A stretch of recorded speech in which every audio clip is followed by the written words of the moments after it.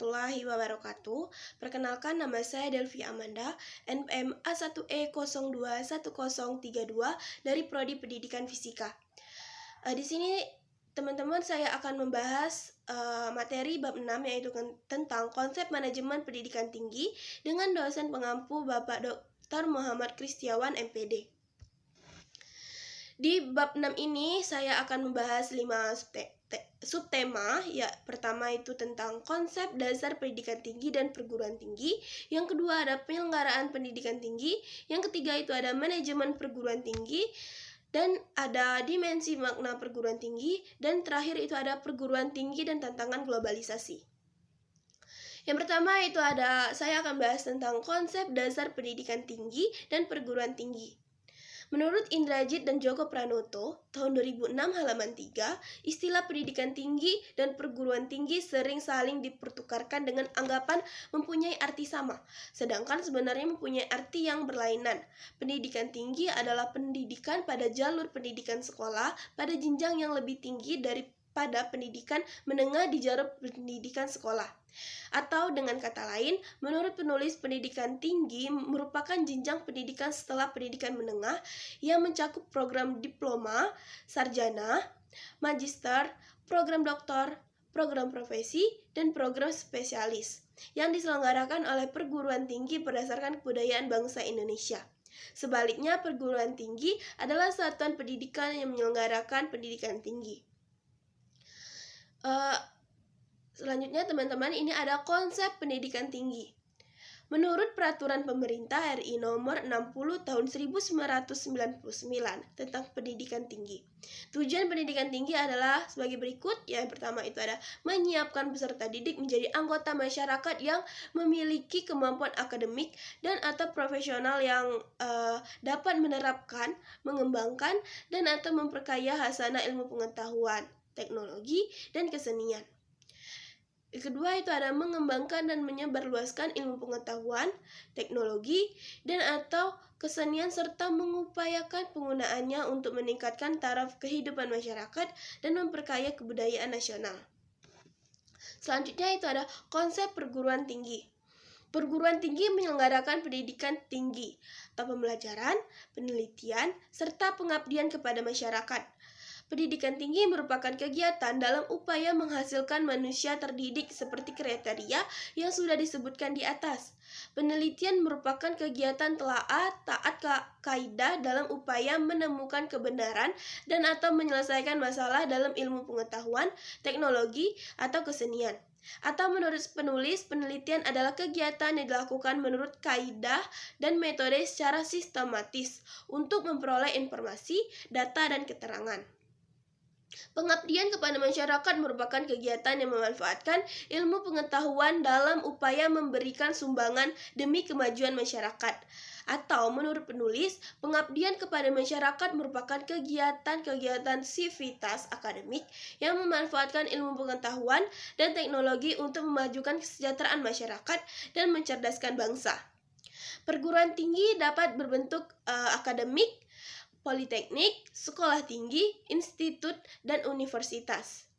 Pengertian dari masing-masing satuan pendidik tersebut adalah sebagai berikut ini. Yang pertama itu ada akademi, yaitu menyelenggarakan program pendidikan profesional pada satu cabang atau sebagian cabang ilmu pengetahuan, teknologi, atau kesenian tertentu.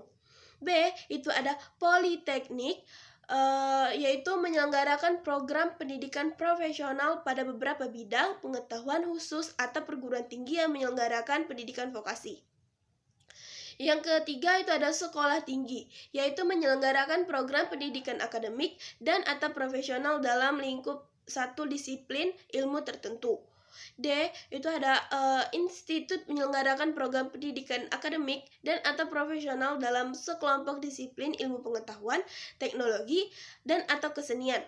Yang terakhir itu ada universitas, yaitu menyelenggarakan program pendidikan akademik dan atau profesional dalam beberapa disiplin ilmu pengetahuan, teknologi, dan atau kesenian tertentu. Dan selanjutnya ini saya akan membahas yaitu tentang penyelenggaraan pendidikan tinggi. Pedoman pengelolaan perguruan tinggi terdiri atas dua, yaitu pertama itu yuridis atau hukum dan perundang-undangan yang terdiri atas Undang-Undang Nomor 20 Tahun 2003 tentang Sisdiknas, Undang-Undang Nomor 12 Tahun 2012 tentang Dikti, Peraturan Perundang-Undang Nomor 4 Tahun 2014 serta Permendikti. Dua, yaitu teori-teori dan ilmu pengetahuan berupa buku dan karya ilmiah atau jurnal hasil penelitian.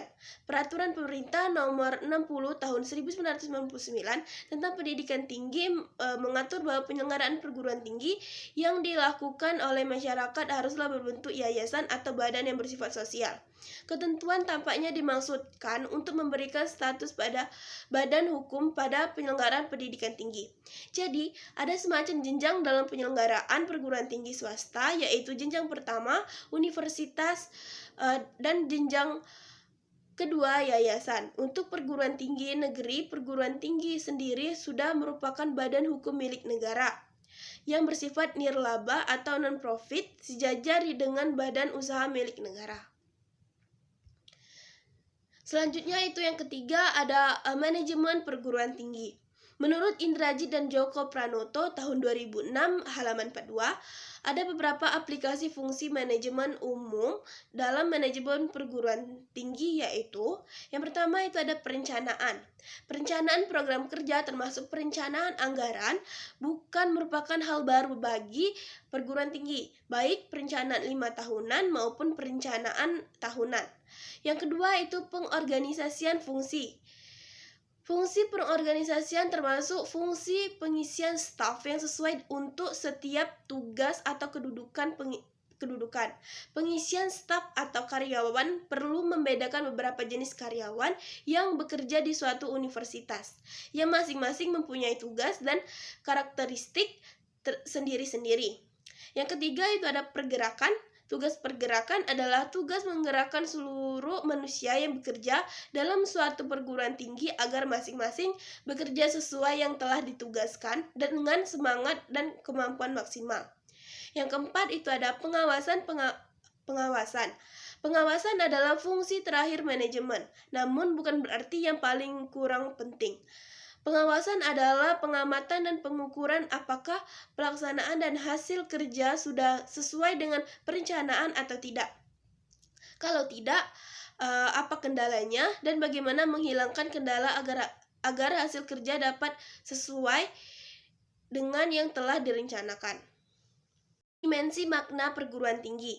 Yang pertama itu ada dimensi etis. Hakikat tugas dan panggilan universitas adalah mengabdikan diri pada penelitian, pengajaran, dan pendidikan para mahasiswa yang dengan sukarela bergabung dengan para dosen dalam cinta yang sama akan pengetahuan.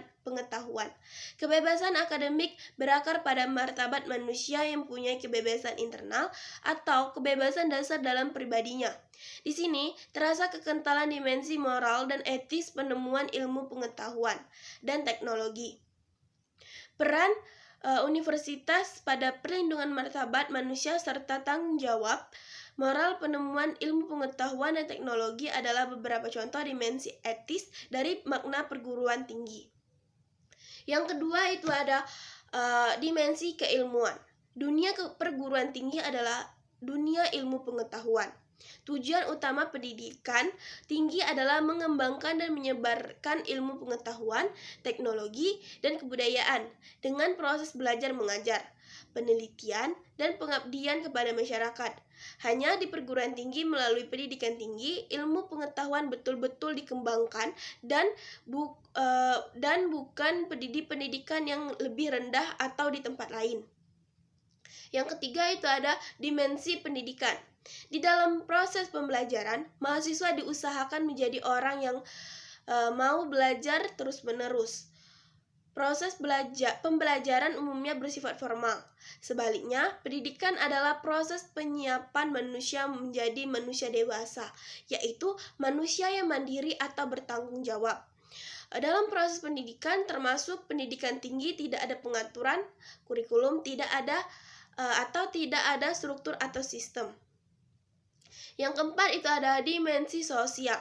Perguruan tinggi mempersiapkan para mahasiswa untuk mengambil tanggung jawab di dalam masyarakat.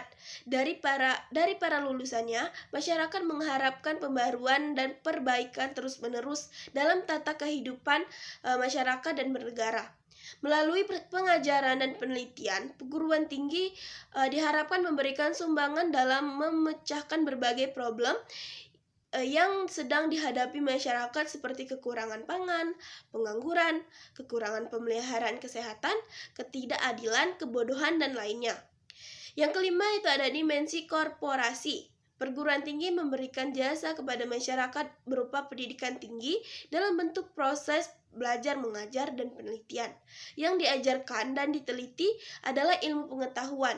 Perguruan tinggi memiliki pelanggan yaitu para mahasiswa dan masyarakat dan penggunaan lulusannya. Perguruan tinggi menghadapi persaingan yaitu antara perguruan tinggi lain baik dari dalam maupun luar negeri. Yang kelima itu yaitu tentang perguruan tinggi dan tantangan globalisasi. Globalisasi berpengaruh pada semua tingkah laku manusia dan berdampak dalam tingkatan berbeda dengan budaya, masyarakat, dan manusia. Ada 4 aspek globalisasi yaitu perdagangan, pergerakan modal, pergerakan orang, serta penyebaran ilmu pengetahuan dan teknologi. Dalam konteks pendidikan tinggi, globalisasi dapat berbentuk kebebasan masuk dan beroperasinya perguruan tinggi asing ke dalam negeri tanpa dapat dicegah atau dihindari. Secara formal, globalisasi memang belum menyentuh pendidikan tinggi dan perguruan tinggi. Tetapi tampaknya tidak akan lama kekuatan dan gejalanya tidak dapat dibendung lagi. Pergerakan bebas ilmu pengetahuan dan teknologi yang merupakan salah satu aspek penting dalam globalisasi tentu akan menyentuh pula bidang pendidikan, khususnya pendidikan tinggi. Apa yang sudah lama terjadi di bidang tinggi masih dalam tahap internasional. Dengan demikian, di perguruan tinggi ada dampak yang perlu diantisipasi dan tantangan yang perlu dihadapi yaitu sebagai berikut. Yang pertama itu tantangan pada pengelolaan. Setiap negara harus membuka diri seluas-luasnya terhadap masuknya perguruan tinggi, dosen, peneliti, dan sebagainya tanpa hambatan sama sekali. Dalam bentuk apapun, tampaknya investasi langsung dalam bentuk bright dan mortal atau bangunan dan bentuk fisik kurang memberikan keunggulan kompetitif mengingat sebagian besar biaya perguruan tinggi adalah gaji dosen. Gaji dosen asing yang begitu tinggi nampaknya sulit bersaing dengan perguruan tinggi dalam negeri. Yang kedua itu ada tantangan pada proses belajar mengajar. Globalisasi ternyata mengubah cara belajar mengajar dari tatap muka dan melalui hubungan personal antara dosen dan mahasiswa menjadi hubungan maya dan non-personal melalui internet dan video jarak jauh. Menurut Drucker, 30 tahun dari sekarang kampus universitas besar akan menjadi barang peninggalan. Universitas tidak akan mampu bertahan hidup dalam bentuknya seperti sekarang. Alasannya adalah pergeseran pada pendidikan yang berlangsung secara terus-menerus dari orang-orang yang sudah dewasa yang sudah sangat terdidik dan menjadi pusat serta sektor pertumbuhan pendidikan. Yang ketiga itu ada tantangan pada pendidikan nilai. Globalisasi seringkali menghadirkan pengetahuan dan informasi berlebihan yang tidak dapat ditangkap oleh kebanyakan yang tidak mampu pula mencerna tantangan yang menyertainya. Sehingga hidup dalam alam globalisasi merupakan resiko dan mengubah identitas seseorang, tempat tinggal, dan kehidupan masa depan. Globalisasi yang tidak sempurna yaitu tidak lengkap tetapi tetap berjalan terus-menerus. Justru meningkatkan perbedaan antar negara dan menambah ketidakseimbangan dalam segala bidang ekonomi, politik, budaya, agama, dan sosial.